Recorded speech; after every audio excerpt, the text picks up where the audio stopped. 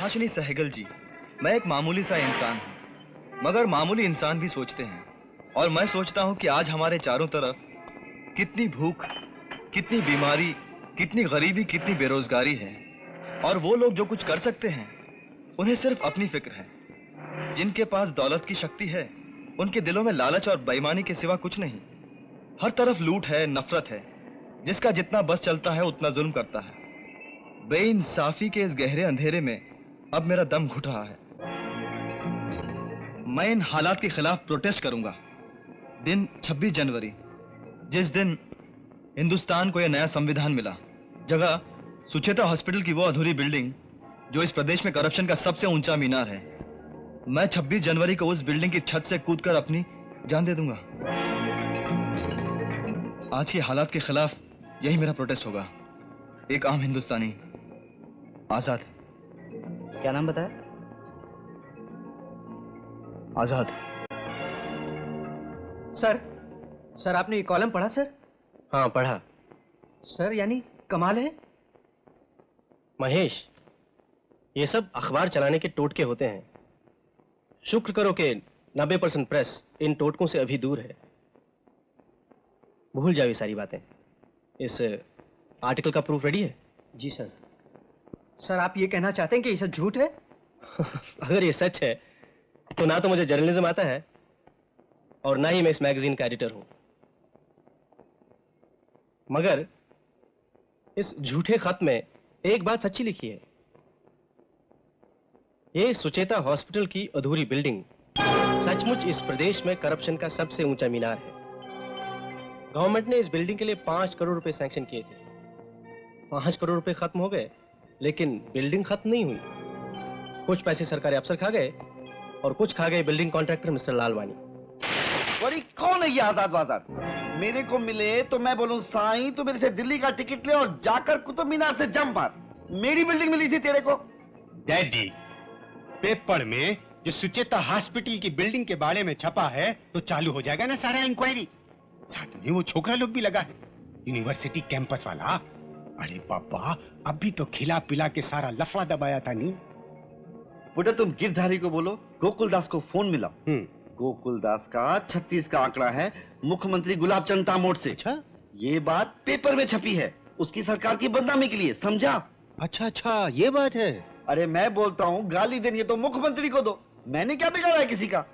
जब से ही गोकुलदास ससुर ने पेपर लिया है तब से मैंने इनको चौकन्ना किया था मुख्यमंत्री जी को, और हाथ जोड़ के कहा था उनसे कि देखिएगा गोकुलदास ने पेपर लिया है, जरूर कुछ डंडा करेगा।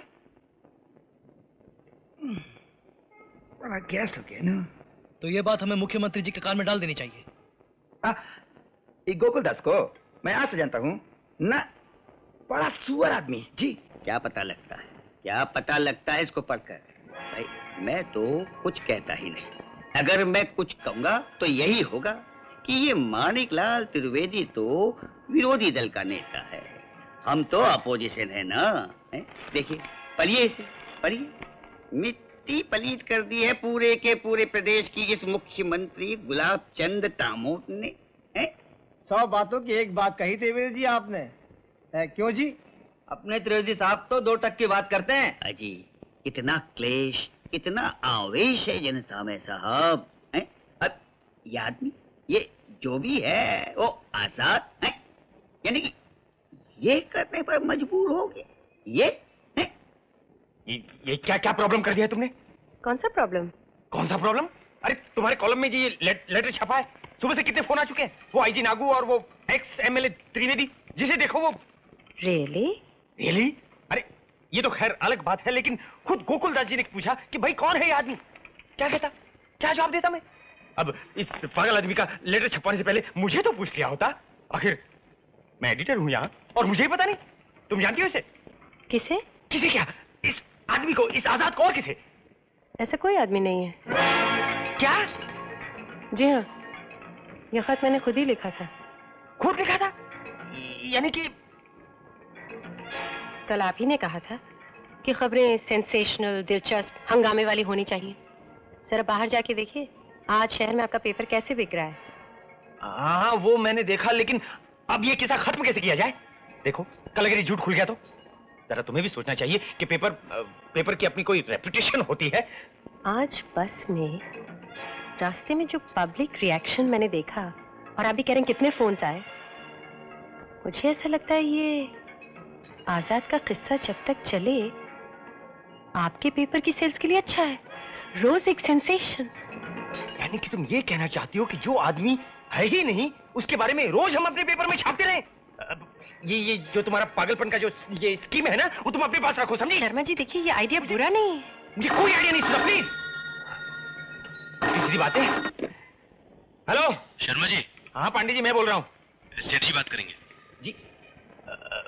हाँ मैं होल्ड करता हूँ। ओ गॉड, अब मैं क्या कहूँ गोकुलदास जी को। शर्मा जी, मैं बात कर सकती हूँ आपके गोकुलदास जी से? तुम क्या बात? हेलो जी सेठ जी।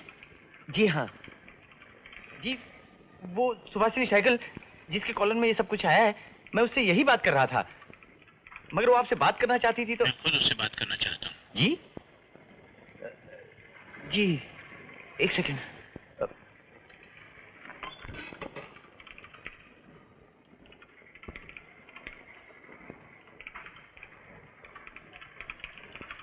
हेलो। और तुम समझती हो कि लोग रोज इस आजाद के बारे में इसी दिलचस्पी से पढ़ेंगे और रोज पेपर यूं ही बिकेगा? कैसे हो सकता है सर? चलिए एक दिन हो गया, लेकिन ये थोड़ी हो सकता है कि रोज आजाद बयान दे रहा है जान देने के लिए। और शर्मा जी, आप गलत समझ रहे हैं। आजाद रोज एक नई बात कहेगा, नया बयान देगा। आज पुलिस के बारे में, कल म्युनिसिपैलिटी के करप्शन पर। एक दिन सरकारी अस्पतालों के डॉक्टरों की लापरवाही के बारे में आजाद का बयान जाएगा। अगले दिन यहाँ के शुगर मिल्स में जो बेईमानी होती है, आजाद उनका भांडा फोड़ेगा। हमारे यहाँ इश्यूज की कोई कमी तो है नहीं सेठ जी। रोज कोई ना कोई बात निकाली जा सकती है। आज आजाद ने ये कहा, आज आजाद ने वो कहा। सर चलिए माना कि ऐसा हो सकता है, लेकिन ये करना ठीक नहीं है सर। अच्छा, तुम्हें नहीं लगता कि लोग आजाद के बारे में जानना भी चाहेंगे कि ये आजाद है कौन?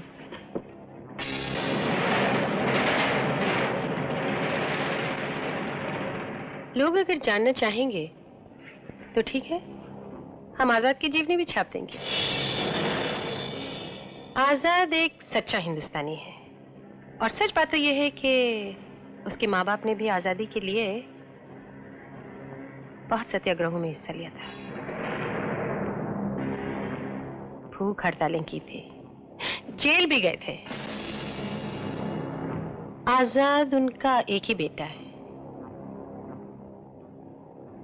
और आजादी के बाद भी वो लोगों में चेतना और जागृति पैदा करने के लिए शहरों शहरों गांव गांव घूमते रहे, और इसीलिए आजाद हर गांव का, हर शहर का भी है और कहीं का भी नहीं। ठीक है, कल से आजाद की जीवनी, आजाद के बयान छापना शुरू कर दो। सुभाषिनी सहगल, ये सब लिखना तुम्हारा काम है।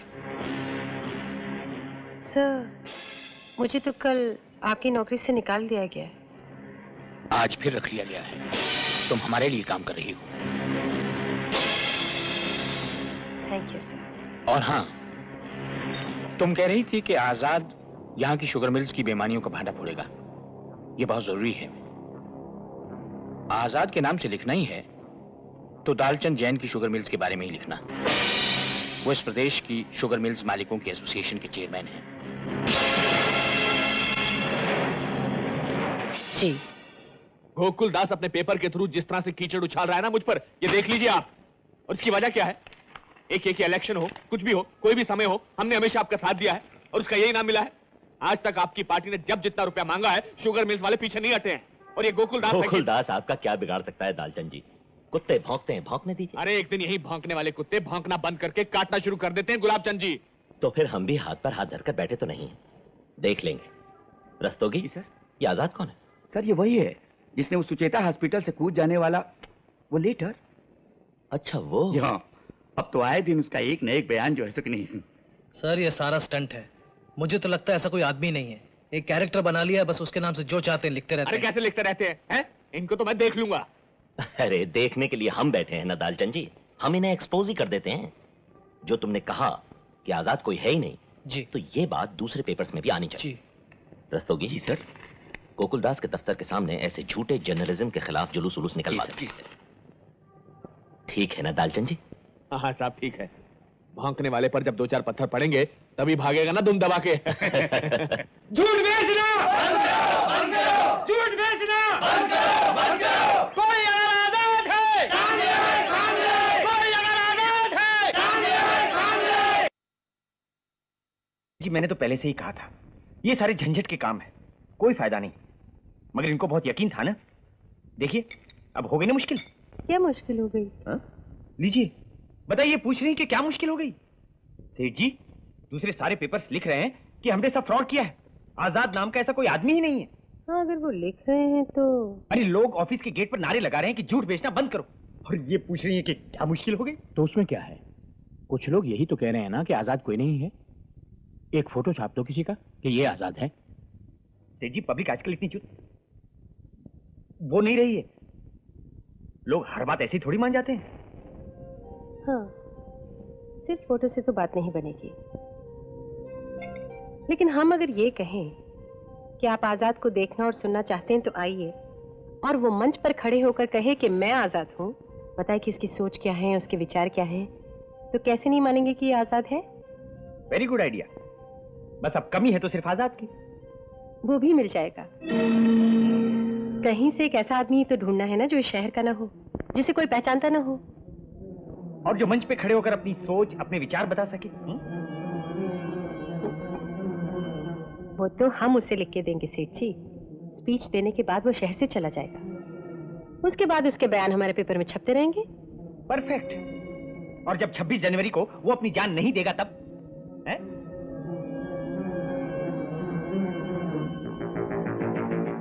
तो हम एक नया एंगल शुरू कर देंगे।